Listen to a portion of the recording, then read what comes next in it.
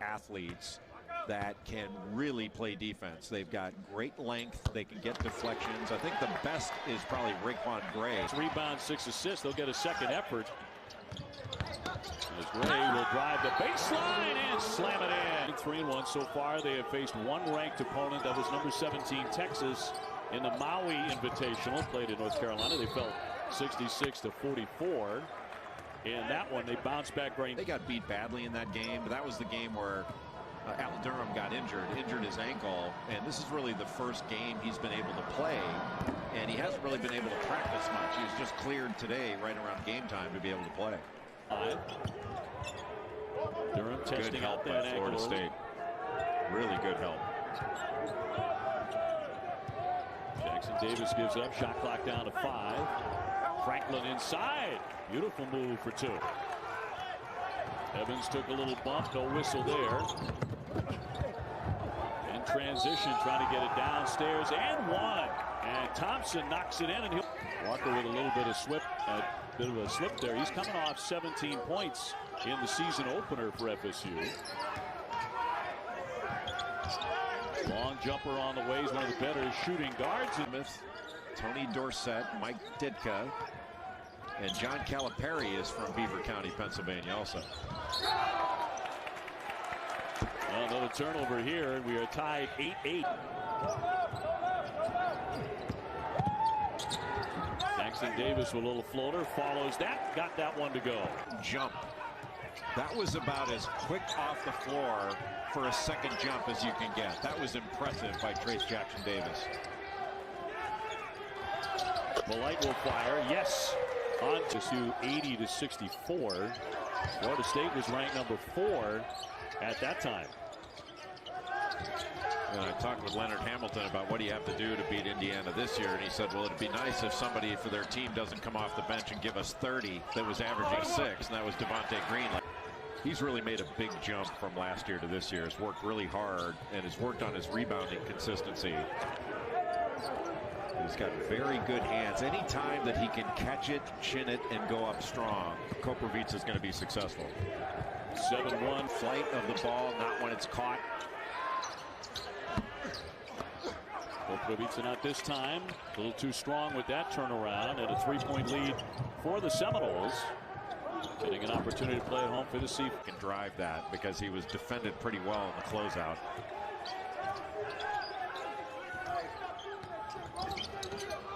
Osborne has it knocked away, retrieves it beyond the 3. Koprivica very strong off of cashing in is Jerome Hunter. He will shoot the 3.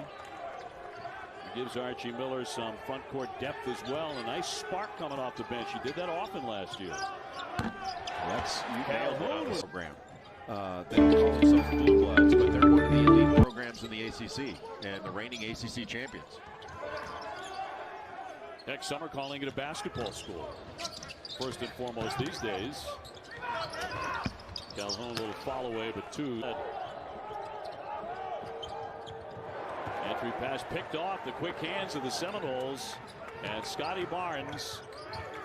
Get to see him operate a little bit. Very solid college debut. Yeah, not a whole lot. At 260. A tough matchup for a lot of people.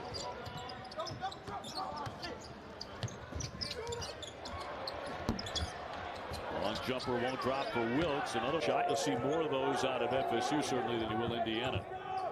Really like that last play that Leonard Hamilton ran with that staggered screen. And then you had Gray going down to the post. What a pass. Thompson finishes with some authority, but quickly on the other end, they're going to attack and get right after it. Koprivica again. That's old Boston Celtics stuff. After you get scored upon, you get the ball down court so quickly, you get an easy one and play ahead of the Indiana defense. Impressive. Both teams starting to find their range, although off target by Calhoun, who comes off the bench shooting it for FSU, and a whistle. FSU losing 2 starters, but returning 3 from last year's 26-win team. Wilkes over the top. The 7 with that. He's developed that with a lot of hard work too. Koprivica beating everybody. Nice pass there, but they don't take advantage on the baseline. And instead, a long one sailed by Anthony Polite. On the other end, a Dipsy perimeter in the country.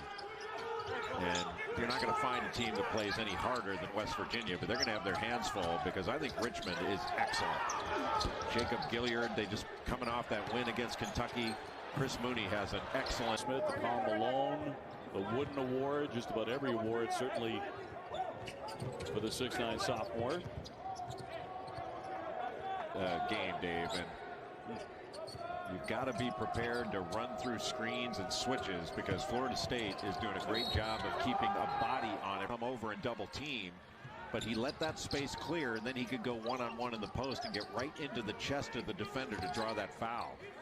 And against Stanford, he had 31 points. He drew 11 fouls against the Cardinal in that ballgame. Against North Florida, puts the Noles back in front. MJ Walker was a McDonald's All-American, and he has been really patient in his development, and he's playing his best basketball right now. And I know it had to be taxing for everyone that was down there, but they pulled it off better than anybody. Walker trying to jump in that paint, a lot of attention, but he makes it anyway. Traffic, come to a jump stop, pivot, and not walk with it, still complete a play.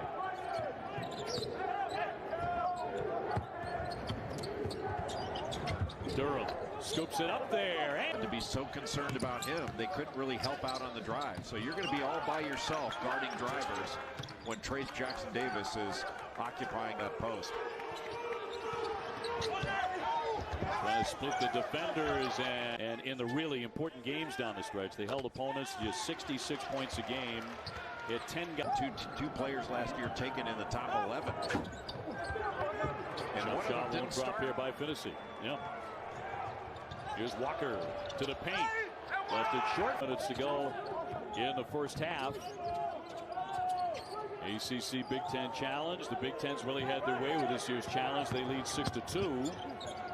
Clemson just won earlier against Maryland in an afternoon game. Shot clock down to 1 on the drops. And Florida State has a 29-25 advantage. Al Durham tried to get the ball up court quickly for an easy score. He ran right into the back of Trayce Jackson-Davis. That was almost like a butt fumble. From which shows. Hoosiers looking to get rolling, but so far lid on that basket last 3 or 4 minutes anyway. As Hunter misfired. Finney on the drive. Away. He plays with really good pace, Dave. So for the Hoosiers, that's getting old. Finney again will kick it. Galloway in strong. Can't end that. Boy, have they been chilly. Good pass.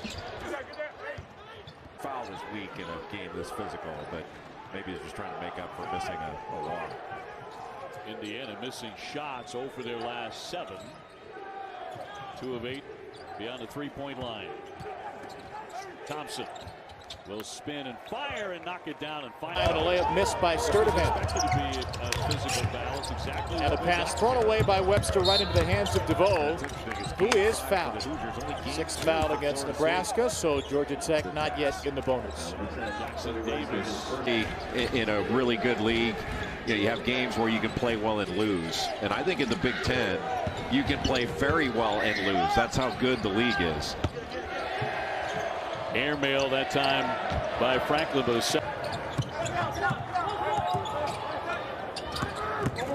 see if they get a little more out of Scotty Barnes here in the second half. The all-everything from yesterday was how easily Penn State handled number 15 Virginia Tech, and Virginia Tech, of course, better. And I really like Michigan State. And Wisconsin is really experienced and has a talent across the board. I think it's going to come down to who stays healthy, not just COVID healthy, but doesn't get too banged up through Big Ten play. Throughout much of the game, the ball movement on Florida State's offensive end has been a little bit better. They've gotten the ball from one side to the other, moved the defense, and I like what Indiana's done overall. But I think moving the ball a little bit more and taking the quality of shot needs to be a little bit better for Indiana. Jackson did three. He hit the only 2 threes, I believe, in the first half for Indiana. Indiana had a stretch of over 4 minutes without a field goal in the first half, but here early in the second half, they're right there. And a return there by Polite. Anthony, no turnover. Franklin on the move to the baseline. Inside to the big fella. He can't get it to go. And now it'll stick underneath with the whistle. Neck ball. We led the nation in that. And Texas and Baylor as well. Number 13 against the number 2 team in the country. That, of course, is coming up on Sunday afternoon. Beautiful thing. Whatever he wants. Back in. We'd welcome him back in, but he's suspended for a period of time from the Ball Brotherhood. It's in that game. Never got tired. Never stopped moving. Really impressive performance by the sophomore from Indianapolis. No, you're right. He held Williams to 1 for 10 shooting in that game. They're back up top. Shot clock in fact now down to 5. Long distance three-pointer, barely nicking the iron for Durham, but his second effort. Got the switch. Walker on Trace Jackson Davis. And he gets hammered. Jackson Davis in a ball screen and then rolling him to the basket. He just rolled MJ Walker down the floor. Didn't get. Hoosiers by 2 on the road here in Tallahassee. Calhoun will kick it. Tell you what, Scotty Barnes has been really, really quiet as the Hoosiers with the ball. It's kind of like a running back when the defense trying to punch it out. Good pass. Sipped inside, and he. Screen action. I mean, are they hedging it? Are they icing it? Are they trying to keep the ball from getting to the screen? I mean, what do they do? You can't really tell what they're doing. But what you can tell what Indiana's doing, they're taking advantage of Florida State's ball screen defense on the right back to that middle ball screen. He was wide open again. The pressure on the ball kept Indiana from seeing it. On the turnover, here's Barnes. Very few chances in the open floor. Lander on the drive with a quick step, but no.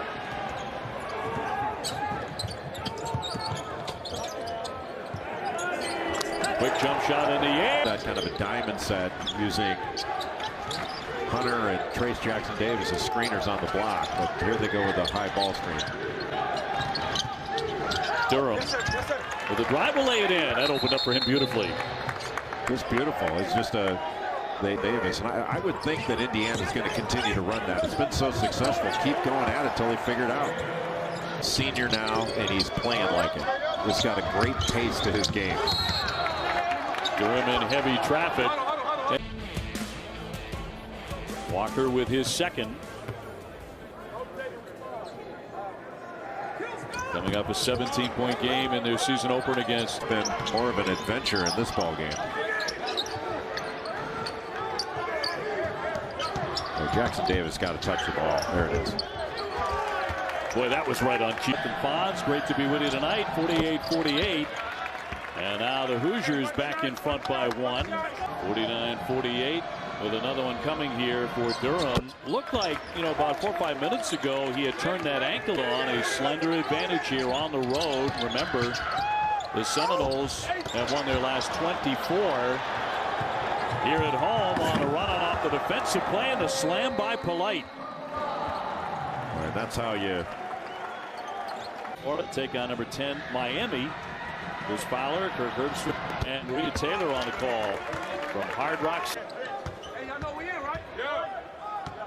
I was really interested in the college football playoff rankings and really surprised that Iowa State, that's when he's really going to be valuable. That's going in really strong, but he can't get it. Big guys have got to be able to step away and stretch the floor. And I think he's going to be able to do it. He just needs to continue to work on it. He's still a young player.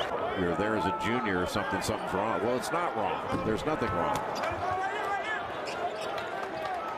Number 19, Richmond against the 11th ranked team in the land, West Virginia. To be followed at 3 by Texas. and Baylor. One of two. Went back to Shot clock inside 10. After that 1-2-2, went back to man-to-man. Tennessee 15-footer, yes! Here's Gray, who is the man in the first half for the Seminoles. Osborne, yes! Knocks down a three. That are playing big roles, like Caleb Daniels, I think, transferred from Rice, and he's at Villanova. Trey Murphy at Virginia. Boy, we're seeing some big-time shots made. Who is arguably their best foul shooter at the line. MJ Walker, early on, he was real quiet and then just exploded offensively. And he'll drill. He didn't score much the first 10 minutes of the ball game, but he's been excellent since then. Gets a shooter's roll on his. Tennessee running the point. Durham finds the big fella for the slam. Jackson Davis with the finish. The three returning starters for Leonard Hamilton. Chase Jackson Davis, his night. And he was really good last year against Florida State. The horn set for Indiana.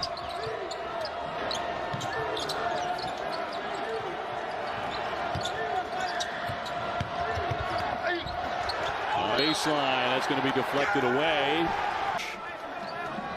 Big Ten had a 6-2 advantage coming into this game, which is, as expected, coming right down to the wire. Here's Finney. That won't drop, but the tip is up and in. Barnes back out. Walker straight on. Got it! A three-pointer. And a money shot. And trying to get about 3,000 fans in attendance to make a lot of noise as much as possible in Tallahassee. And I think you're right. There's something fitting about this game, the way it's been played. Going to an overtime. On the spin move and one, Jackson Davis. So hard to handle down low like that. And he's at the foul line. Barnes got switched off on him, and Barnes was just playing too straight up and down. And it's so hard to take those angles away from him because he plays those angles so. Rolling in, the big fella. Popovica back up again. Man, did he stay with it for two. Great point. Confident stroke.